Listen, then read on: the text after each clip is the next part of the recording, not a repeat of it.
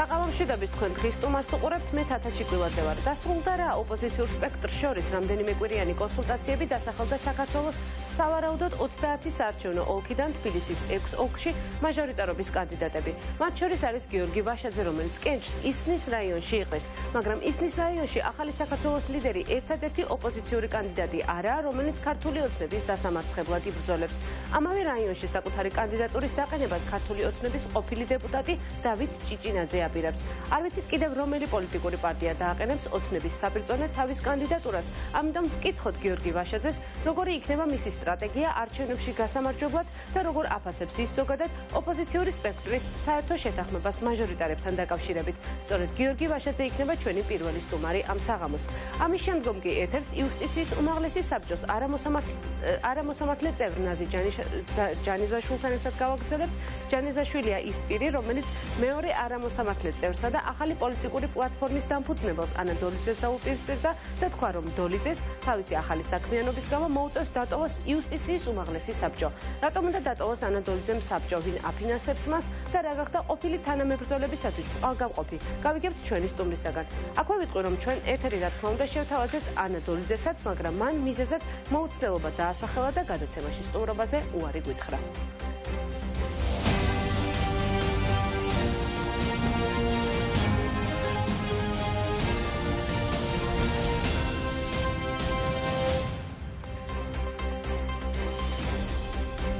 კიდევ ერთხელ მოგესალმებით, თქვენ დღის სტუმარს უყურებთ და ჩვენი პირველი სტუმარია პირველად სხვათა შორის გიორგი ვაშაძე. მადლობა სტუმრობისთვის. პირველად ვარ შენთან გადაცემაში და ისე გადევნებ თვალს და ძალიან საინტერესო გადაცემები გაქვთ, ასე რომ გილოცავ ახალ ამბავს. დიდი მადლობა, იმედი მაქვს ესეც საინტერესო ეთერი იქნება. პირველ რიგში მინდა საუბარი დავიწყოთ პოლიტიკური დიალოგის ფასილიტატორების ერთობლივი განცხადებით, სადაც კიდევ ერთხელ ამოუკითხავ მაყურებელს, მათ თქვეს, რომ მოვუწოდებთ 8 მარტის შეთანხმების ყველა ხელმომწერს ამ მნიშვნელოვან კენჭისყრაში მონაწილეობისა და ცვლილებების სრულად მიღებისაკენ. თქვენ როგორ ფიქრობთ, უნდა მიიღონ საპარლამენტო ოპოზიციის წევრებმა თუ არა ამ კენჭისყრაში მონაწილეობა? ჩვენი პოზიცია არაერთხელ დავაფიქსირეთ ამ საკითხთან დაკავშირებით. უცვლელია შეთანხმება, როცა დგება შეთანხმების ყველა პუნქტი უნდა შესრულდეს. საერთოდ ნებისმიერმა ადამიანმა პოლიტიკაში ხარ თუ პირად ცხოვრებაში პირობა ყოველთვის უნდა შეასრულო, რასაც დადებ, ხო? ქართულ ოცნებას უნდა რომ ისევ მოგვატყოს და ისევ თავისი პირობა არ შეასრულოს. აქედან გამომდინარე ოპოზიციური ფრაქციები, რომელიც დღევანდელ შეთანხმებაში, ჩვენ შეთანხმებაში მონაწილეობენ, არაპირებენ, როგორც მე ვიცი, კენჭისყრაში მონაწილეობას. მე ამ პოზიციას სრულად ვუჭერ მხარს, იმიტომ რომ კიდევ ერთხელ ვამბობ, რომ პირობის გამტეხი ადამიანების დრო უნდა დამთავრდეს ზოგადად პოლიტიკაშიც, ქვეყნის მართვაშიც, უმრავლესობაშიც, ოპოზიციაშიც და არა ეს ორმაგი თამაშები და ორმაგი სტანდარტები. ამიტომ ჩვენ რასაც მივახციეთ ერთიანი ძალისხმევით 8 მარტს, რა გამარჯვებასაც, იმ გამარჯვების ერთგულები ვართ და იმ შეთანხმების ყველა პირობებში. ჩვენც ვალდებულებები ავიღეთ შეთანხმებით.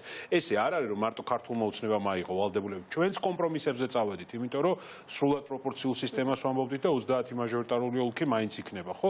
ამიტომ ეს იქნება თუ არა, ესეც საკითხავია. ხო, ესეც საკითხავია, მაგრამ მე არც კი მინდა ვიფიქრო რაელის ქართულ ოცნებას, რომ ჩააგდოს ახლა ეს დღეს როგორც ვიცი შეკრება ქონდა და გვაქვსო ჩვენ ხმები, ასე შემდეგ. კი ბატონო, მიიღონ პირველი მოსმენით, მეორე, მესამე მოსმენა არის და იმედია რომ გონს მოვლენ და საერთო კონსენსუსით მიღებულ ძალიან დიდი ღირებულება ექნება არჩევნების სამართლიანობისთვის და ამას კარგად გაიაზრებენ და რაღაცა თავის გადაგდება მოტყუების საქმეზე ხელს აიღებენ. კი ბატონო, და აქვე მაყურებელს შევახსენოთ, რომ ეს განცხადება ვრცელდება იმ ფონზე, როცა პოლიტპატიმარი გიორგი რურა კლავად ციხეში რჩება და სწორედ ეს იყო შეთანხმების ერთ-ერთი ნაწილი, რომ ყველა პოლიტპატიმარი უნდა გათავისუფლდეს. კი ბატონო, გადავიდეთ ოპოზიციის დღევანდელ განცხადებებზე, ასე ვთქვათ, შეთანხმდა ოპოზიცია 8-დან 6 ოლქში თბილისში, თქვენ მათ შორის ერთ-ერთი ხართ ისნის რაიონში. რა შეთანხმება არის ეს და რატომ დატოვეთ 2 ოლქი, გულისხმობს საბურთალოსა და დიდუბეს, ასე ვთქვათ, ცარიელ სივრცედ? მე ვფიქრობ, დღეს არის ძალიან მნიშვნელოვანი კიდევ ერთი გამარჯვების დღე. როგორც 8 მარტს იყო საერთო ოპოზიციური აქტივობის და მუშაობის შედეგი, ხალხის დიდი მხარდაჭერის შედეგი თუნდაც მივახცეთ, დღეს კიდევ ერთ გამარჯვებას მივახცეთ. მე პირველ რიგში ბოდიში მინდა უთხრა ჩვენს მხარდამჭერებს, ცოტა ვანერვიულეთ, იმიტომ რომ სხვა განცხადებები იყო, გაიწელა ეს 2 კვირა ყოველდღე ამ თემაზე იყო საუბარი, თუმცა ერთი წამითაც კი ეჭვი არ შემპარვია, რომ თითოეული ჩვენგანი წინ დააყენებდა იმას თუ რა უნდა ხალხს და არა ვიწრო პარტიულ ინტერესებს, რომელიმე კონკრეტული ადამიანის ინტერესებს და ჩვენ აი ეს დღეს მნიშვნელოვან შედეგზე გავედით. მაგრამ ნახეთ რა მინდა თქვა, ჩვენ ძალიან მაგარი ფორმულა დავდეთ დღესაც, ხო? არ დავკეტეთ კარი იმისთვის, რომ კიდევ უფრო გაფართოვდეს ეს თანამშრომლობა. არ ვსაუბრობ პოლიტიკურ პარტიებზე მხოლოდ, ეს საზოგადოებრივი პირები იქნებიან, სხვადასხვა ადამიანები იქნებიან. ის გულისხმობთ ამ საზოგადოებრივ პირებში თუ გაქვთ, იმიტომ რომ დღეს შალვანე თალაშუმაც ისაუბრა ამის შესახებ, როცა მან განცხადება გავრცელა, ვინ არიან ეს პირები, უკვე თუ მოიაზრებთ ვინმე კონკრეტულს. ჩვენ ასე კონკრეტულად არ გვაქვს მოაზრებული, ვინ შეიძლება იყოს კონკრეტულად ეს ადამიანები, თუმცა გარკვეული მოსაზრებები იყო გამოთქმული, მინდა აქვე ვთქვა, რომ მაგალითად ხომ არ გაგვიმხელთ?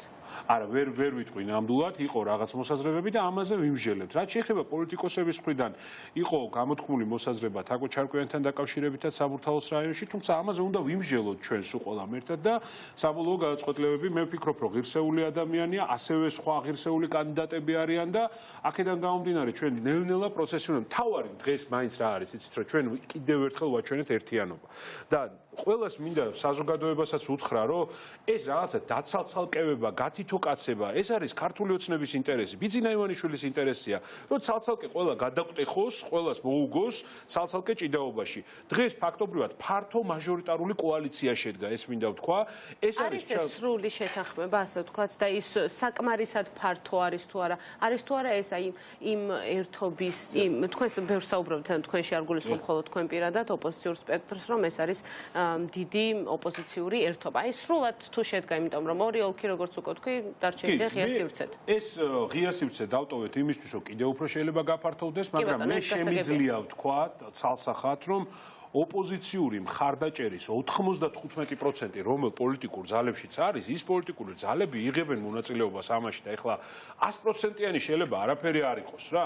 მე უბრალოდ თქვენი ეთერითაც მინდა ზოგი ახალგაზრდა პოლიტიკური ძალა, ზოგი ასე შემდეგ, მათაც მინდა უთხრა, რომ დაფიქრდნენ კარგად, იმიტომ რომ ეს ძველი მიდგომა, ძველი შტაბნიკების ასე დავარქვევ, რომ მე თუ მაჟორიტარი არ მეყოლა, მე პარტიულ ხმებს ვერ ავიღებ, ეს ამ სისტემაში აღარ იმუშავებს, იმიტომ რომ ნახეთ ჩვენ თვითონაც ხო ავჭერით ვინ რა ნომრით იქნება, ჯერ ხო არ ვიცით რა, თუნდაც მაჟორიტარები, რეგიონები იქნება, კიდევ ასე შემდეგ. ანუ პროპორციულ ნაწილში მაინც დამოუკიდებელ არჩევანს გააკეთებს ამომრჩეველი, მაჟორიტარულ ნაწილში დამოუკიდებელ არჩევანს. ასე რომ, კარი ყველასთვის ღია, უბრალოდ წითელი ხაზები არ უნდა გადავლახოთ ეხლა, ხო, ერთმანეთზე საუბარში რაღაცა ცრუბრალდებები და ასე შემდეგ არ უნდა იყოს, რომ არ ვატკინოთ ერთმანეთსაც გული და რაც თავარი ამომრჩეველი არ დავაბლიოთ, ჩვენ ხო მთავარი გული არ ვატკინოზე გამახსენდა დღეს ჩვენს ეთერში გიგა ბოკერიას ვკითხა, რომ თქვენი ერთობა ხომ არ მოიცავს ერთგვარ მორატორიუმსაც, რომ ერთმანეთი არ აკრიტიკოთ. ამაზე თუ იყო საუბარი, მან თქვა, რომ არა, ჩვენ გავაგრძელებთ კრიტიკას და ამის ფონზე გვეყოლება, ვთქვათ, საერთო კანდიდატურა. ახლა ჩვენ გვესმოდეს, რომ ყველა პოლიტიკოსი, ყველა პოლიტიკური ჯგუფი უნდა იყოს საქმეზე ორიენტირებული და საქმეზე კრიტიკაში უნდა გადავიდეთ. ხო, ეხლა ეს ორი კვირა ჩემთვის ყველაზე რთული, იმიტომ იყო, რომ აი ეს კანდიდატი, ის კანდიდატი. არა და ხალხს აინტერესებს, როგორ ეკონომიკას როგორ განვავითარებთ, სასამართლო რეფორმას როგორ გავაკეთებთ, რაზეც თელმა ოპოზიციამ ხელი მოვაწერეთ, განათლების რეფორმა, სამუშაო ადგილებს როგორ შევქმნით და რა თქმა უნდა, აქ ჩვენ ერთმანეთის პოზიციების კრიტიკა იყო, უნდა გავაკეთოთ. აგერ მაგალითად მე ხარ წინასაარჩევნოდაც კრიტიკა ძალაში რჩება. კრიტიკა ძალაში რჩება, იმიტომ რომ კრიტიკაში იბადება ჭეშმარიტება. მე ვამბობ, რომ ლანძღვაგინება არ უნდა იყოს, ხო? ხა კრიტიკასა და ლანძღვას შორის დიდი სხვაობაა. მოდით ესე პირდაპირ ვთქვათ რა. ეხლა მე მაგალითად მუშაობ საბანკო სესხების თემაზე ბოლო პერიოდია და პირდაპირ ვამბობ, რომ ნახეთ, დავთვალეთ, რომ ფინანსური რესურსია, რომ ჩამოიწეროს ეს გადავადებული სესხებზე პროცენტი და განახილდეს მინიმუმ საქართველოში პროცენტი, იმიტომ რომ ქართული ბანკები ზემოგებას წერენ მთელი მსოფლიოში, ყველაზე მომგებიანები არიან, სამჯერ მეტ მოგებას წერენ ვიდრე ევროპული ბანკები მაგალითად. და თუ ახლა ვინმე ჩემ პოზიციას ამაში გააკრიტიკებს, მე ამაში პრობლემას ვერ ხედავ, მზად ვარ ვიდისკუსიოთ და ვიმსჯელოთ. მაგრამ კიდევ ერთხელ ლანძღვასა და კრიტიკას შორის ძალიან დიდი სხვაობაა. ცხადია. გადავიდეთ ისნის რაიონზე, რადგან თქვენ დასახელდით იქ მაჟორიტარად, ჩვენი ინფორმაციით დავით ჭიჭინაძე აპირებს და უახლოეს მომავალში, რომ თავის კანდიდატურა წარადგინოს ამ ოლქში. როგორ იქნება ეს, ვთქვათ, ვის ხმებს გადაწონით, ვინ და ოცნებას პირველივე ცდაზე ვინ დაამარცხებს? ეს მისი გადასაწყვეტია, რა გადაწყვეტილებას მიიღებს. მე საერთო ოპოზიციური კანდიდატი ვარ ამ შემთხვევაში, შეთანხმებული კანდიდატი. ისანი ჩემთვის ძალიან ახლო რაიონია, იმიტომ რომ ბევრი მაქვს ნამუშევარი ისანში. პირადად ვიცნობ მთელ ისანს, ავიცი,ავლაბრიდან დაწყებული ელიასფით, მეტრომ შენით გაგრძელებული და ვაზისუბანი, ნავთლუღი კრებულღი, ყველა უბანი, ასე ვთქვათ, მოვლილი მაქვს ფეხით და ძალიან ბევრი რამ გავაკეთეთ მოკლე პერიოდში თავის დროზე ისანში. აქედან გამომდინარე, ხა ჩემი ხასიათიდან გამომდინარე, ყველაზე არასტანდარტული და ასე ვთქვათ, ინოვაციური კამპანიაც გვექნება, ძალიან ბევრ ადამიანს შევხვდებით და მე ერთი რამე შემიძლია ვთქვა, რომ დღის გადასახედიდან კვლევებიც გვაქვს ჩატარებული. პირველივე ტურში დარწმუნებული ვარ, რომ იმხელა მხარდაჭერა იქნება ისნის მოსახლეობისგან და არა მარტო ისნის მოსახლეობისგან, რომ პირველივე ტურში გავიმარჯვებთ. სხვა კანდიდატები ოპოზიციის მხრიდან ვინც იქნებიან, ეს მათი გადასაწყვეტია, რაც შეეხება სახელმწიფო კანდიდატს, მე როგორც ვიცი, ქართული ოცნების შტაბში არა მარტო ჩემს რაიონში, სხვაგანაც სერიოზული დაბნეულობაა, იმიტომ რომ კანდიდატებს ვერ პოულობენ, ვინ შეიძლება ღირსეული, ასე ვთქვათ, კონკურენცია გაგვიწიოს საერთო ოპოზიციურ კანდიდატებს ამ მაჟორიტარულ ოლქებში. კი ბატონო, რადგან სხვა პოლიტიკურ პარტიებს და სუბიექტებს შევეხეთ, მინდა კითხოთ ლელოსთან და ალიკო ელისაშვილთან, თუ მიდის თქვენი მხრიდან რამე საუბრები, რაზე საუბრობთ და დავუშვათ ასეთი სცენარი, რომ ისინი დააყენებენ თავისი პარტიის ლიდერებს თქვენ საპირწონეთ და მათ შორის ოცნების საპირწონეთ კანდიდატებად, ამ შემთხვევაში გადანაწილებას როგორ ხედავთ? ძალიან მარტივად, ვერანაირ ასე ვთქვათ, პერსპექტივას ვერ ხედავთ ცალკეული ოპოზიციური პარტიებისგან დაყენებული მაჟორიტარული კანდიდატების, საერთო ოპოზიციურ მაჟორიტარულ კანდიდატებს, აი უპერსპექტივო აბსოლუტურად. საუბრობთ მაგალითად იმაზე, რომ ერთმანეთს დაუთმოთ სხვადასხვა ოლქები, დაუთმოთ ჩვენ დავასახელეთ, ახლა იყო მანამდე საუბრები მათთან, მათ სხვა არჩევანი გააკეთეს, დავასახელეთ ჩვენი კანდიდატები და ახლა აქ ხო აღარ უნდა დაუთმოთ, ვეღარ ხო არ წავიღებთ უკან სიტყვას. არა, ამას იმიტომ გეკითხებით, რომ ისევ ალიკო ელისაშვილს დაუბრუნდები, მან დღეს ჩვენ ეთერში თქვა, რომ სავარაუდოდ საბურთალოს რაიონში მაგალითად ის დააყენებს თავის კანდიდატურას და მე ვკითხე, ხომ არ ფიქრობთ, რომ საბურთალო რადგან ღია სივრცეთ დარჩა, ხომ არ ფიქრობთ, რომ ოპოზიციურმა ერთობამ თქვენ ეს გზა დაგითმოთ და მან მითხრა, რომ დიახ, ასეც არის შესაძლებელი. არა, მე როგორც ვუყურებ ალიკოს განცხადებებს, პირდაპირ მინდა ვთქვა, რომ მან ფაქტობრივად გზები ჩაჭრა იმისთვის, რომ რაიმე შეთანხმება იყოს. სამმხრივ ვერ იქნება შეთანხმება იმისთვის, რომ ორმხრივი იყოს და ეხლა თან ერთი პოზიცია მქონდეს და თან მეორე პოზიცია, ეს ვერ იქნება ვერც ერთ შემთხვევაში პირდაპირ გულწრფელად გეუბნებით. მე გარანტიას გაძლევთ, აი 2018 წლის საარჩევნო შტაბის ხელმძღვანელი ვიყავი. ყველაზე მეტი შედეგია დადებული 2018 წლის არჩევნებში, გრიგოლ-ვაშაევის არჩევნებში, ხო, პირველ ტურში. ზუსტად ვიცი რა არის არჩევნები, ზუსტად ვიცი რას ითხოვს ქართული ამომრჩეველი. ითხოვს ერთიანობას და ძალას. პირდაპირ გეუბნებით, რომ საერთო ოპოზიციურ კანდიდატებთან 10-ით 0-ს წააგებს ნებისმიერი სხვა კანდიდატი, ვინც არ უნდა დადგეს. მნიშვნელობა არ აქვს უკვე სახელს და გვარს მიხვდით, იმიტომ რომ რა იგებს იცით, ერთიანობის იდეა, ძალის იდეა, რომ ერთად გავართ, რომ ის ასე ვთქვათ, იმ ძალის კონსტრუირებას ახდენენ ადამიანები გონებაში, ვისაც უნდა თავისი ბედი ჩააბარონ. მიხვდით, ასე ვთქვათ, ცალკეულ ადამიანებს ძალიან ფაქტობრივად 0 აქვთ, ასე ვთქვათ. თქვენ შეიძლება ფიქრობდეთ, რომ ცალკეულ ადამიანებს შანსი დაბალი აქვთ, ან მნიშვნელობა არ აქვს, მაგრამ დღეს მაგალითად ისევ ალიკო ელისაშვილს უბრუნდები, მან მითხრა, რომ რატომ არ ჯობია ანადოლიძე როგორც კანდიდატი, მაგალითად შალვა შავგულიძეს. თქვენ რას ფიქრობთ, ჯობს თუ არ ჯობს? მე ვფიქრობ, რომ ჩემთვის ახლა განსაზღვრელი პოზიცია არის, ვინ მიდის გაერთიანება კონსოლიდაციისკენ და ვინ არა. შალვა შავგულიძემ მნიშვნელოვანი ნაბიჯი გადადგა და ნამდვილად ჯობს შალვა შავგულიძის კანდიდატურა და აქვე შემიძლია გითხრათ, რომ 10-ით 0-ს თუ 10-ით 0-5-ს მოუგებს შალვა შავგულიძე, თქვათ ანადოლიძე თუ დააყენებს. მე პირიქით ურჩევდი ანადოლიძეს, რომ ძალიან დაბალი შედეგი ექნება და არ დააყენოს კანდიდატურა, ეს უკეთესი იქნებოდა ჩემი აზრით მისი მხრიდან. თუმცა მისი პირადი წარმატება წარუმატებლობისთვის, რომ იმისთვის, რომ ქართულ ოცნებას ხმები ასე ვთქვათ, სხვადასხვანაირად გადანაწილდეს. და არის იცით ოპოზიციურ ფლანგზე ხმების წამრთვევის ფუნქცია არ უნდა გქონდეს არავის, პირდაპირ ვთქვათ რა, მაგრამ მეორე მნიშვნელოვანია, რომ რა ვიცი, კიდე დაფიქრდება ალბათ ეს ხალხი, რომ ძალა არის ერთობაში რა და ერთიანობაში, ეს სხვა შორის მარტო გაერთიანებული ოპოზიციის ძალა ერთობაში ასე მასში სახელში კი არ არის, ეს ჩვენს გერბზეა და ასე მოიგება, ასე შეგვიძლია შევცვალოთ და დავიწყოთ აღმშენებლობის პროცესი, საქმის კეთების პროცესი ქვეყანაში და ამ შემდეგ და ყველას ადგილი მოიძებნება და არ შეიძლება ჩვენი პირადზე მაღლა უნდა დავაყენოთ და კითხვა დავსვათ, რა უნდა ხალხს. აი ამ კითხვაზე პასუხიდან უნდა ამოვიდეთ, როცა ჩვენ ამ გადაწყვეტილებებს ვიღებთ. კიდევ ერთხელ ვამბობ, რომ ის შეთანხმება, რაც ჩვენ შორის დღეს შექმნა, ეს ხო ძართული შეთანხმება იყო. ხო, თქვენს ხედავდით, რომ არ იყო მარტივი, მაგრამ დაუძლიეთ ეს რაღაცა პერსონალური ეგო, პარტიული ინტერესი და ზეპარტიული შეთანხმება. დავთმე თუ ახსენეთ და თქვენ ზე იყო საუბარი, რომ ვაკის რაიონში გინდათ მაჟორიტარობა, თქვენ დათმეთ ეს? არა, მე მინდოდა იყო და უბრალოდ რეალობას არ შესაბამებოდა. საუბრები, არა, რატო არა, გულწრფელად ვიტყვი, რომ იყო ჩემზეც საუბარი ვაკის რაიონში, მაგრამ საერთო საქმისთვის რაც უკეთესია, ის გადაწყვეტილება მივიღეთ. მე ვფიქრობ, რომ ფანტასტიკური კანდიდატი დავაყენეთ ლაკა ხოშტარიას სახით. ვაკიში, ხო? რა პრობლემაა ისე, ჩემს საერთოდ რა მნიშვნელობა რომელ რაიონში წავალ, ხა თბილისი ერთი დიდი ქალაქია და ყველა რაიონში მიმუშავე და ყველა რაიონს ვიცნობ. ხო, ეხა სხვა რაიონის რო ავიღოთ, აგერ დიდუბე-ჩუღურეთში დავიწყე ჩემი კარიერა, მაგალითად ჩუღურეთის საპასპორტო და მოსახლეობის სამსახურის ხელმძღვანელად დავინიშნე კონკურსის შედეგად 2005-ში, ხო? და ძალიან ბევრს ვიცნობ იქაც.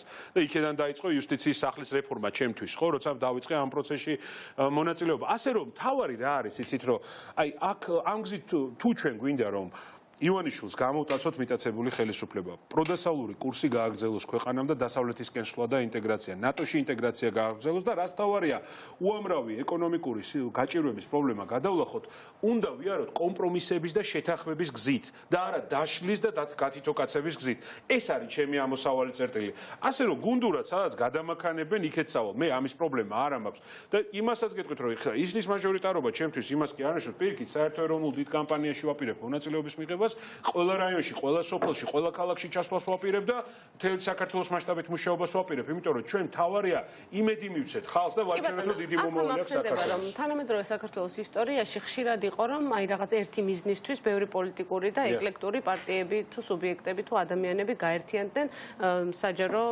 არაპოლიტიკოს ფიგურებთან ერთად, მაგრამ შემდეგ ამერთობის შენარჩუნება ან გართულდა, ან აუცილებლად გახდა პირადი პოლიტიკური ამბიციების ვთქვათ დემონსტრირების და წყალგამყოფი გახდა მოკლედ ეს და თქვენ როგორ აპირებთ რომ დაუშვოთ გამარჯვების შემთხვევაში ეს ერთობა შეინარჩუნოთ? აი ძალიან საინტერესო მოდელი ახლა რაც არის, რომ ჩვენ ხო მაჟორიტარებში თანამშრომლობთ, მაგრამ პროპორციულ ნაწილში სხვადასხვა სიები იქნება, ხო? აქედან გამომდინარე, ყველა ძალას ეყოლება თავისი წარმომადგენელი პარლამენტში. ამიტომ თითოეულის რა არ მოხდება, იცით, ერთი ძალა მეორეს ვერ ჩაყლაპავს. როგორც მაგალითად ქართული მაოცნებამ ჩაყლაპა ყველა, მაგრამ შესაძლებელია დაიქცოს. აი პირიქით ვამ, აი როცა ჩაყლაპვის მცდელობა არის დიდი ძალის მხრიდან მცირე ძალების, მაშინ არის დაგსაქვსა და დაშლილობა. ჩვენ ხო კოალიციური მართლობისთვის ვემზადებით. რეალური კოალიციური მართლობა საქართველოში არ ყოფილა დამოუკიდებლობის მანძილზე, ხო? ფაქტობრივად დღეს ჩვენ ამას ჩაუყარეს მაჟორიტარებზე შეთანხმება, ეს რთული პროცესი იყო და როგორ წარმოგიდგენიათ, ეს თუ რთული პროცესია, თქვათ იმ სისტემის შემთხვევაში თუ თქვენ გაიმარჯვეთ კოალიციური მთავრობაზე შეთანხმება, ყველას გვაქვს ჩვენი კი ბატონო, აი ყველას გვაქვს ჩვენი პროგრამა, ხო, რომელთაც მივდივართ ამ მრჩეველთან. რა არის კოალიციური შეთანხმება? მე ვუყურებ, რომ 31-ში, როცა ოპოზიციურ მხარეს არის მეტი ხმა, მეტი მხარდაჭერა საზოგადოების მხრიდან, 31 ოქტომბერს, ხო, 9-ზე ვჩდებით და ვაცხადებთ კოალიციურ მართლობას, რომელიც ნიშნავს არაუბრალოდ პარტიების შესვლას რაღაცა დიდ უმრავლესობაში, არამედ ევროპული სტანდარტით კოალიციური შეთანხმება გულისხმობს გაწერილ დოკუმენტს, რა უნდა გააკეთოს ამ კოალიციამ იმისთვის, რომ საკუთარი დაპირებები შეასრულოს, რასაც აძლევს მოსახლეობას. ასე ვუყურებ დოკუმენტურად უცებ. იქნება განხილვის საგანი, ვისი იქნება თანამდებობა და რომელი? არა? რა თქმა უნდა. ეს არა, თანამდებობა არა, მიმართულებები, ვინ რა ჩაებარებს. ესეც მხარდაჭერის მიხედვით ისაზღვრება, ხო? ვისაც მეტი მხარდაჭერა აქვს, მეტი პასუხისგებლობა აქვს, ვისაც ნაკლები აქვს, ნაკლები პასუხისგებლობა აქვს. ამასაც გადავანაწილებ. ჩვენ ერთი რამ ვაჩვენეთ ოპოზიციამ, რომ აი ნახეთ სასამართლოზე რო დოკუმენტი გავაფორმეთ შეთანხმების. იცით რა რთული იყო? აი დღეები და ღამეები იყო მსჯელობის იმაზე თუ რა რეფორმაზე უნდა შევთანხმებული ვიყავით ყველა, მაგრამ ეს უნარები გამოვიმუშავეთ. რო ამარტამდე მისვლა რთული იყო ძალიან ოპოზიციისთვის, იმიტომ რომ თქვენს ხო გახსოვთ, რომ ხშირად დაიწყეთ, აი ოპოზიცია შეიძლება დაიშალოს, ეს ფორმატი შეიძლება დაიშალოს, მაგრამ მივედით რო ამარტის გამარჯვებამდე და ჩვენ ერთ რამეს ვხედავთ, რომ ძალა სწორედ ამაშია კომპრომისები, მაგრამ არა, ასე ვთქვათ, პრინციპულ საკითხებზე კომპრომისები, ხო? ეს კარგია. ხო, ანუ ეს არის ძალიან მნიშვნელოვანი, არა თანამდებობის ბრძოლა. იცით რა არის, ამაზე გვექნება მსჯელობა, მე მომხრე რომ მნიშვნელოვანი წილი რეგიონებშიც თანამშრომლობა იყოს ოპოზიციაში. ამიტომ გეკითხებით რომ საუბარი ხო იყო რომ ჯერ თბილისის მაჟორიტარებზე შევთანხმდებით და ამის შემდეგ დავიწყებთ რეგიონებზე საუბარს. ნუ გასაგებია რომ რამდენიმე საათის წინ ასე ვთქვათ გაცხადებულად ითქვა თბილისის ოლქის მაჟორიტარებზე, მაგრამ რეგიონებზე აი როდის დაიწყება, რა არის უახლოესი გეგმა? ასე ვთქვათ, შიდა სამუშაო დისკუსიებს დავიწყებთ. პირდაპირ გეტყვით, რომ თუ თქვათ ვერ მოხდა რეგიონებზე შეთანხმება, მე ამაში ვერ ხედავ რაღაცა კატასტროფას, მაგრამ ალბათ ჯობია რომ დიდ წილ, ასე ვთქვათ, რეგიონებზე მოხდეს შეთანხმება, მაგრამ არის ისეთი რაიონები, სადაც პირიქით სწორი იქნება რამდენიმე კანდიდატის წარდგენა, განსაკუთრებით ეთნიკური უმცირესობებით დასახლებულ რაიონებში, მაღალმთიან რეგიონებში, სადაც ხელისუფლება ფიქრობს, რომ თავისი, ასე ვთქვათ, ბიზნეს ოლიგარქებით იქ ადგილობრივით ხო ბევრ ხმას აკონტროლებს. პირიქით ფიქრობ, რომ აი ბევრ მეტი წინააღმდეგობის წერტილი უნდა გავხსნათ. ესეც არის გეოგრაფიაზე დამოკიდებული, არის ლოკალურ სიტუაციაზე დამოკიდებული, ამიტომ ნახოთ, შევხედოთ, მე ვფიქრობ, რომ აქაც გარკვეული შეთანხმებები თუ ყველგან არა, ნაწილში მაინც კარგი იქნება და ამ გზით უნდა ვიაროთ. მე ყოველ შემთხვევაში ამას დაუჭერ მხარს ყველა აუცილებლად. კი ბატონო, და საუბრის დასასრულს აუცილებლად მინდა კითხოთ გიორგი გაბუნიას საქმეზე, კადიროვის მუხარაზე და ამ დროს ხელისუფლების რეაგირებაზე. გუშინ საღამოს Washington Examiner-ში დაიწერა სტატია, სადაც სტატიის ავტორი წერს, რომ საქართველოს ხელისუფლება იქცევა ისე, თითქოს არაფერი ხდება. რა ხდება, რა საფრთხეებთან გვაქვს საქმე და როგორი უნდა ყოფილიყო ხელისუფლების რეაქცია? კი, საგანგაშო ფაქტი და ალგორითმს გეტყვით პირდაპირ მე როგორ მოვიქცეოდი მათ ადგილზე. პირველი, ეს დანაშაული, ეს ტერორისტული საფრთხე მოდის ჩვენი მეზობელი ოკუპანტი ქვეყნიდან, რომელიც დიდ საფრთხეს უქმნის ჩვენ ეროვნულ უსაფრთხოებას. რა უნდა გავაკეთოთ ჩვენ? არ უნდა დავრჩეთ მარტო პირველ რიგში ამ პროცესში. მე აუცილებლად დაუძახებდი ამერიკის და ბრიტანეთის გასაგამოძიებო სტრუქტურებს, რომ ჩართულიყვნენ ამ საქმის გამოძიებაში, რომ მაქსიმალურად საერთაშორისო ნდობა ყოფილიყო გამოძიების კუთხით. მეორე, ვიმუშავებდი ჩემი საქართველოს დიპლომატიური კორპუსის მეშვეობით, რომ მათთან ერთად წნეხი გამეძლიერებია რუსეთის ფედერაციაზე, რომ თავი შეეკავებინა ასეთი აგრესიული ქმედებებისგან. მესამე რომ ქართული ოცნება რუსეთზე წნეხს გაძლიერებს. ხო, აი მაგას რომ მე რას ვიზავდით ხო მაგრამ და მესამე აუცილებლად ესეც მინდა თქვა, რომ ვიმუშავებდი იმაზე, რომ თუ საერთაშორისო გამოძიებას დაადასტურებდა, რომ აქ არის რუსული კვალი, მაშინ სანქციები, რომელიც რუსეთის მიმართ დაწესებული არის, სკრიპალებიდან დაწყებული, უკრაინის საკითხებით გაგრძელებული, იმ სანქციებში უკვე საქართველოს შესულიყო ამ როგორც ერთ-ერთი მიზეზი ამ სანქციების და პირიქით დამატებულიყო. მაგრამ ნახეთ ეხლა როგორ იქცევა ხელისუფლება, ჯერ საერთოდ პრეზიდენტიდან დაწყებული უმრავლესობის ლიდერებით გაგრძელებული სიტყვა პროვოკაცია იყო აბსურდი საერთოდ ამ საქმეში რომ შემოიტანეს. ტერორისტული აქტი ვერ ეზოს, პროვოკაცია ვერ იქნება. ეს არის დანაშაული ტერორიზმი, რომელიც არის საერთაშორისო დიდი ძიმე დანაშაული. მეორე, ეს დამფრთხალი შეშინებული პოზიცია რა. არ უნდა გვეშინოდეს რა არაფერს, იმიტომ რომ ჩვენ მარტო არა ვართ. ჩვენ ყავს ამერიკის სტრატეგიული პარტნიორი, ბრიტანეთი და ევროკავშირის ქვეყნები. მთავარია რომ რა არის, იცით რომ აი მაგაში გეთანხმებით, რომ როცა ორმაგს თამაშობს ადამიანი, ხო, იმასთან თამაშობს, ამასთან თამაშობს, მაშინ უკვე მისი პოზიციები სუსტია და აქ არის მთავარი პრობლემა, რომ ფიზიკურად, პერსონალურად ეშინიათ ამ ხალხს უბრალოდ პუტინის და პუტინის რუსეთის. აქვე მინდა მოსახლეობას უთხრა, რომ არც ერთ შემთხვევაში აგრესიულ რიტორიკაზე ჩვენ არ ვსაუბრობთ. არა, საქმიანი მიდგომა, ალგორითმის გაწერა, რომელიც შეზღუდავს ამ ტიპის აგრესიებს ქვეყანაში, იმიტომ რომ ჩვენ ხო დაცულები არ ვართ, რომ ხვალდაზეგაც იგივე დაგეგმოს ვინმე რუსეთის მხრიდან საქართველოში. ამას არ დაგეგმავს, თუ ძვირი დაუჯდება ეს რუსეთს საერთაშორისო ასპარეზზე. კი ბატონო, ვისურვებ, რომ თქვენი ალგორითმი საქართველოს არსებულმა ხელისუფლებამ გაიზიაროს, თუმცა გულწრფელი ვიქნები ამის იმედი ამ ფოტოს არ მაქვს. მე მგონი ნაზი ჯანეზაშვილი როგორც მე მოსქენ და მეც მინდა უბრალოდ მინდა ამაზე თქვა ჩემი პოზიცია, იმიტომ რომ რაღაცა ამ ქალბატონის მიმართ ცოტა არასწორ განცხადებებს უყურებ ბოლო პერიოდში და რა ვიცი, სასამართლო რეფორმაში თუ ვინმე შეიძლება დღეს მიუკერძოებელ დამოუკიდებლად ადამიანად ჩაითვალოს, შეიძლება ჩაითვალოს ნაზი ჯანეზაშვილი, რომელიც გულწრფელად ვიტყვი, რომ ქართული ოცნების ასე ვთქვათ, ხარდაჭერით გავიდა, მაგრამ მან ძალიან დიდი პრინციპულობა გამოიჩინა და ვფიქრობ, რომ მნიშვნელოვანია, რომ ასეთ ადამიანებს ჩვენ ყოველთვის ხარი დაუჭიროთ ნებისმიერ სისტემაში, რომ პრინციპული ადამიანები გჭირდება მეტი ქვეყანაში. კი ბატონო, დიდი მადლობა ჩვენთან სტუმრობისთვის, საინტერესო მოსაზრებებისთვის. ჩვენ შეგვიძლია მოვისმინოთ ახლა ანე დოლიძის კომენტარი ნაზი ჯანეზაშვილთან დაკავშირებით და შემდეგ სწორედ მასთან ერთად დაგიბრუნდებით ეთერში. მე ვფიქრობ, რომ ნაზი ჯანეზაშვილის ბოლოდროინდელი საქციელი აზიანებს სასამართლოს თავისუფლებისთვის ბრძოლას. ნაზიმ რატო თქვა ამ კინკლაობაში მე არ ვერთვები. თუ საქმიანი საუბარია, სასამართლოთი ვარჩევ. როდესაც მე შევუდგები და თუ შევუდგები საარჩევნო პარტიულ საქმიანობას, რასაც ითხოვს კანონი, ასეთ ვითარებაში, როგორც არაერთხელ თავად განვაცხადა მე ჯერ 1 წლის წინ მე თავად მივიღებ შესაბამის გადაწყვეტილებას. თამარ ჩუგოშვილთან მე მქონია ბევრნაირი კომუნიკაცია პროფესიული თვალსაზრისით. ბოლოს ნახე და ვესაუბრე რამდენიმე თვის წინ გენდერულ საკითხებთან დაკავშირებით და არ გამოურიცხავ რომ მომავალშიც სხვადასხვა ტიპის თუნდაც პროფესიული როგორც იურისტებს შორის კომუნიკაცია გქონდეს. ბრუნდებით პირდაპირ ეთერში ნაზი ჯანეზაშვილი შემოგვიერთდა იუსტიციის უმაღლეს საბჭოს არამოსამართლე წევრი. დიდი მადლობა ნაზი სტუმრობისთვის. პირველ რიგში მინდა გკითხოთ ანადოლიძეს უსმენდით ახლა, როდის აქედანაა რომ თქვენ ჩინჩალაძის სასამართლოთი ურთიერთობთ, გულისხმობთ თქვენ და ანადოლიძეს? ეს ინიციატივა ანას განმოდის, მისი ასე ვთქვათ როგორც ჩანს იდეა იყო ეს, არ მესმის ანას პოზიცია რა თქმა უნდა, ახლა რასაც უსმენდი გამიკვირდა. ძალიან გასაკვირა ის რატომ იქცევა ასე, მაგრამ აუცილებლად უნდა ვიმსჯელოთ იმაზე, რეალურად რა მოხდა და რეალურად აი რატო გაღიზიანდა ანადოლიძეს საერთოდ. რა მოხდა რეალურად, ანუ რა გახდა თქვენ შორის წყალგამყოფი, ასე ვთქვათ?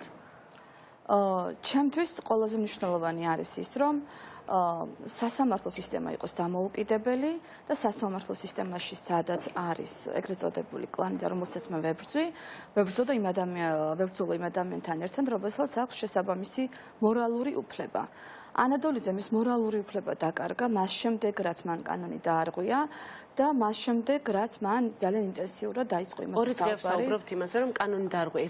რომელი კანონი დაარღვია? დიახ, პირველ რიგში მინდა გითხრათ, რომ მან დაარღვია საბაზისო პრინციპი სასამართლოს დამოუკიდებლობის, სასამართლო სისტემა უნდა იყოს დამოუკიდებელი პოლიტიკოსებისგან და რა თქმა უნდა ყველაზე მნიშვნელოვანია რომ სასამართლო სისტემის უმთავრესი უმნიშვნელოვანესი რგოლი იუსტიციის უმაღლეს საბჭოში არ იყვნენ პოლიტიკოსები.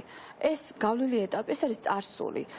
2013 წლამდე საქართველოში იუსტიციის უმაღლეს საბჭოს შემადგენლობაში შედიოდნენ პოლიტიკოსები სხვადასხვა ფორმით. ზოგიერთ შემთხვევაში იყვნენ ექს-ოფიციო წევრები, დაუშვათ პარლამენტის მხრიდან პარლამენტის წევრები იყვნენ ამ ორგანოში და ეს პერიოდი განვლილია. ანადოლიძე თავის საქმიანობით გვაბრუნებს წარსულში და გვაბრუნებს უკან. და გარდა ამისა ის აკნინებს არამოსამართლე წევრის ინსტიტუტს და ძალიან სასაცილო მდგომარეობაში ჩაიგდო მან დღეს თავი, როდესაც გამართა პრეზენტაცია სასამართლოს ხედვებთან დაკავშირებით იუსტიციის უმაღლეს საბჭოში თავის თანამშრომლებთან ერთად. მე არ ვესწრებოდი, ნახე რა თქმა უნდა ამის პრეზენტაცია ეთერის მეშვეობით. საინტერესო ამ შემთხვევაში რა არის, რა თქმა უნდა მას უფლება აქვს რომ გამართოს პრეზენტაცია, მაგრამ აი როდესაც ეს დღეები მიმდინარეობს, მასზე საუბარი რომ უნდა დატოვოს თანამდებობა, იმიტომ რომ ანადოლიძე არ ყოფს კანონს, დემონსტრაციულად დღეს მივიდა იუსტიციის უმაღლეს საბჭოში, სხდომათა დარბაზში, ამასაც ხაზს უსვამ, მნიშვნელოვანია ესეც რა თქმა უნდა სიმბოლოების თვალსაზრისით, მივიდა სხდომათა დარბაზში თავის თანამშრომლებთან ერთად, მოიყვანა მოძრაობიდან ხალხი, ეს მოძრაობა რომ პოლიტიკური ამაზე ორი აზრი არ არსებობს უკვე მე მგონი, ეს მხოლოდ ანა ირწმუნება და თვითონ გონია რომ ხალხს ეს სიცრუე ჯერა, ეს ასე არ არის. მოიყვანა თავის თანამშრომლები. მისი თანამებრძოლი დღეს მის პოლიტიკურ გეგმებზე საუბრობდა გულისხმობ პალიკო ელისაშვილს. დიახ, ნახე მე. რატომ არ იქნებოდა ანადოლიძეს ყველაზე უკეთესი კანდიდატია შესაბამისად მკითხები, რა თქმა უნდა, ქრება, როცა ასე არის საუბარი. და ჩაატარა ეს პრეზენტაცია. ინსტიტუტებს უნდა ვცეთ პატივი. ანადოლიძე, როდესაც თვითონ არის კონსტიტუციური ორგანოს წევრი, ისევე როგორც მე პარლამენტის მიერ არჩეული თვითონ პრეზიდენტმა დანიშნა, ინსტიტუტებს უნდა სცემდეს პატივს. პირველ რიგში, იმიტომ რომ მას სერიოზული ამბიციები აქვს, როგორც ჩანს, რაღაცნაირად ქვეყნის გადარჩენის გეგმაც აქვს თავისი მანიფესტით, რომელიც მან გამოაქვეყნა.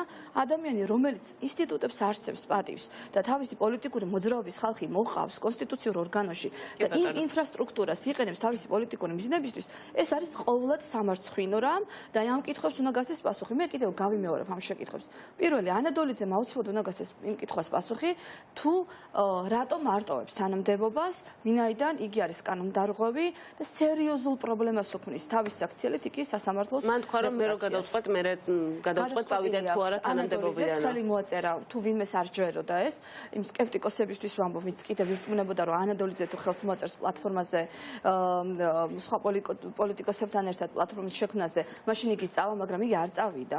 როგორც ჩანს, იგი არის საკმაოდ ხარბი ადამიანი, არ ეთმობა ორივე მდგომარეობა მისთვის მნიშვნელოვანია. ერთი მხრივ თანამდებობა კონსტიტუციურ ორგანოში, მეორე მხრივ მას ჭირდება პოლიტიკური აქტივობა და საბოლოო ჯამში, როგორც კი მიხვდება, რომ მისი შესაძლებლობები, ასე ვთქვათ, ცოტა უფრო უზრუნველყოფილია და პოლიტიკაში წასვლას აზრი აქვს, ალბათ მე შემდეგ დატოვებს თანამდებობას. როდის დაიწყო ეს თქვენ შორის ეს გაუგებრობა, იმიტომ რომ ერთი შეხედვით ან ტელევიზორს ვინც უყურებთ, წევრებს, თქვენ თანამებრძოლები იყავით, ერთად მართავდით აქციებს, პერფორმანსებს, ერთად იბრძოდით იუსტიციის უმაღლეს საბჭოში სხვადასხვა საკითხებზე. როდის დაიწყო ეს თქვენ თქვით, რომ ის უკვე 8 თვეა პოლიტიკაში არისო? ჩვენ ამის შესახებ ცოტა როგორც ჩანს დაგვიანებით გავიგეთ ან მივაქციეთ ყურადღება. სასამართლოს დამოუკიდებლობა არ არის ანადოლიძის, ასე ვთქვათ, რაღაც ექსკლუზიური იდეა, ან პირადად ჩემი თუნდაც, ვინაიდან სასამართლოს დამოუკიდებლობა არის ქვეყნისთვის მნიშვნელოვანესი რამ და ჩემი თანამებრძოლი ვინც იქნება ამ პროცესში, ნებისმიერი ადამიანი აბსოლუტურად მისასალმებელი იქნება და გამიხარდება კიდეც. ანადოლიძე აღმოჩნდა უბრალოდ იუსტიციის უმაღლეს საბჭოში, პრეზიდენტმა დანიშნა მას შემდეგ, რაც მე იქ უკვე წევრად ვიყავი, რამდენიმე თვის განმავლობაში. რაც შეეხება, როდის დაიწყო? ქრონოლოგიურად რომ გავიხსენოთ მოვლენები, ანადოლიძემ აქტიური პოლიტიკური საქმიანობა დაიწყო შემოდგომაზე 2019 წლის. და თუ თქვენ ნახავთ მის აქტივობას, აბსოლუტურად დარწმუნდებით იმაში, რომ დიახ, ანადოლიძე პოლიტიკურ საქმიანობას უკვე იწყებდა. სხვათა შორის თქვენ არხზეც იყო იგი გადაცემაში, სადაც უკვე ელისაშვილთან ერთად საუბრობდა. სადაც მან ხელი არ მოაწერა მაგალითად ფრაზას, რომ არასოდეს არც ერთ პირობებში და მოსემულობაში ბიძინა ივანიშვილს არ შეუქმნი უმრავლესობას და რა ვიცი. ხო, ანუ არამოსამართლე წევრი უმრავლესობებს ვერ ქმნის. არამოსამართლე წევრი სასამართლო ხელისუფლება ასეთ რამებს უბრალოდ ვერ აკეთებს ბუნებაში, ასეთი რამ არ ხდება. ანადოლიძე მაშინ გააკეთა პოლიტიკური განაცხადი, ისე გამოდიოდა, პოზიციონირებდა, რომ ყველას დარჩა სტაბილურობა, რომ ეს იყო ერთ-ერთი ახალი პოლიტიკური სახე და მაშინ დაიწყო საბჭოში ამაზე მსჯელობა და მოსამართლე წევრებმა მიმართეს პრეზიდენტს. მე მიმართოს ხელი არ მოვაწერე მაშინ და მე ჩავთვალე, რომ ანადოლიძე თვითონ გადადგებოდა, თვითონ მიიღებდა ისეთ გადაწყვეტილებას, რომელიც ზიანს არ მოუტანდა არც სასამართლოს და სხვათა შორის არც პირადად მას. და განვითარდა ისე მოვლენები, რა ეს ეტაპი რამდენიმე თუ გავიდა და მან უკვე დააფუძნა ორგანიზაცია. მე ამის შემდეგ გავიგე, ვაკურდებოდი პროცესებს ცხადია, მე არ გამოსულა რაღაცა ზოგადი ინფორმაციები და ზედაპირული პირადი კომუნიკაცია ჰქონდათ ანასთან? ანასთან პირადი კომუნიკაცია ამ კონკრეტულ თემაზე არ მქონია, თუმცა მან 9 თვის წინ იუსტიციის უმაღლეს საბჭოში სხდომაზე, როდესაც მე შეკითხვით მომართეს მოსამართლე წევრებმა, რას ვფიქრობდი ანადოლიძის მიერ ასეთ ქმედებებზე, ვთქვი, რომ დიახ, ის არის კანონდარღვევა, თუ კი საბჭოს წევრი ახორციელებს პოლიტიკურ საქმიანობას და ეს არის თქვენს მოსამართლე წევრებმა. მათ მიმართეს პრეზიდენტს, მე მათ კიდევ ერთხელ არ შევუერთდი, მეგონა რომ ანადოლიძე თვითონ გადადგამდა იმ ნაბიჯს, რომელიც იყო კანონშესაბამისი, თუმცა მან ეს არ გააკეთა. ამის მერე ხდება ის, რომ მან როგორც ჩანს, ასე ვთქვათ, შექმნა ორგანიზაციული ინფრასტრუქტურა, მას აქვს ოფისი და თქვენ კითხვები გაგიჩნდათ სწორედ ამ თემასთან დაკავშირებით, რომ ვინ არის მისი დამფინანსებელი და გაჟღერდა ბიზნესმენ გიორგი კაპანაძის სახელი და გვარი, ეგრეთ წოდებული რიჟა საზოგადოებისთვის ცნობილი. თქვენ თუ გაქვთ ამაზე ინფორმაცია, რომ ნამდვილად ეს ადამიანი არის მისი დამფინანსებელი?